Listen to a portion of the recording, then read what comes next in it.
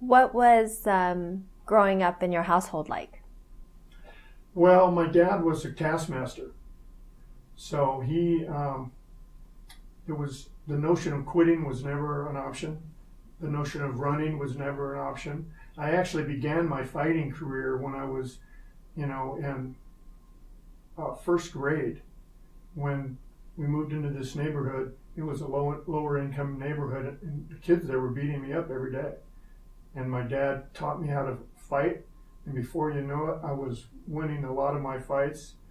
But I remember this one story of these four kids started to fight me, and I ran home, and I made it just in the nick of time in the door. And my dad goes, "What happened?" I told him the story. These kids were about to beat me up, and he said, "Listen, you never run.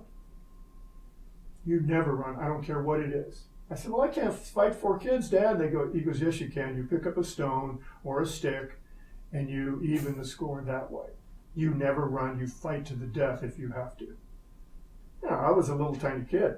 I was probably about second grade at this point, second or third grade. So the amazing thing is that the next day, these four kids showed up at my house, knocked on the door, and told my mom they wanted to fight me. So she came to the bedroom and said, "Tom, come on out. These kids want to fight you." And I'm on the verge of tears. "No, Mom." She goes, "You heard what your dad said. Now get out and fight those kids." So she goes out on the porch and she says, "Look, Tommy will fight you one at a time. This is going to be a fair fight." And I beat the first guy, the biggest guy, so bad that the other three didn't want to fight me. So that's kind of a sense of how the Nix family was. Was that something that you agree with or disagree with? Well, there's a lot to agree with it. I mean, I know I would not have been as successful in life or in business without the notion that there is no giving up. It created tenacity, it created character, and so it was tremendous in those ways. It's a tough way to grow up, though, on the other hand. But my dad, who had only an 8th grade education, had a tremendous value blueprint. He was just a man of character and honor.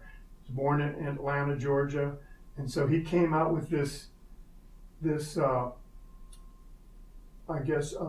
attitude towards life is that, you're going to do the right thing, you're going to try your hardest, there's never any giving up, you're going to treat people right.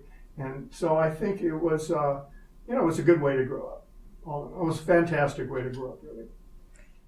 But didn't you get into a lot of trouble? Well, I never broke the laws other than drinking and fighting and stuff like that. So I was pretty careful not to, do anything that was really, really bad. But I was never arrested, but I was never caught.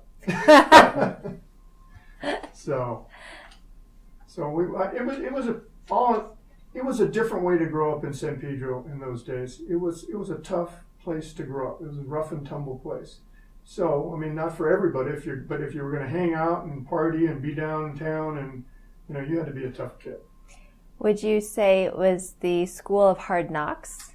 Absolutely, I would.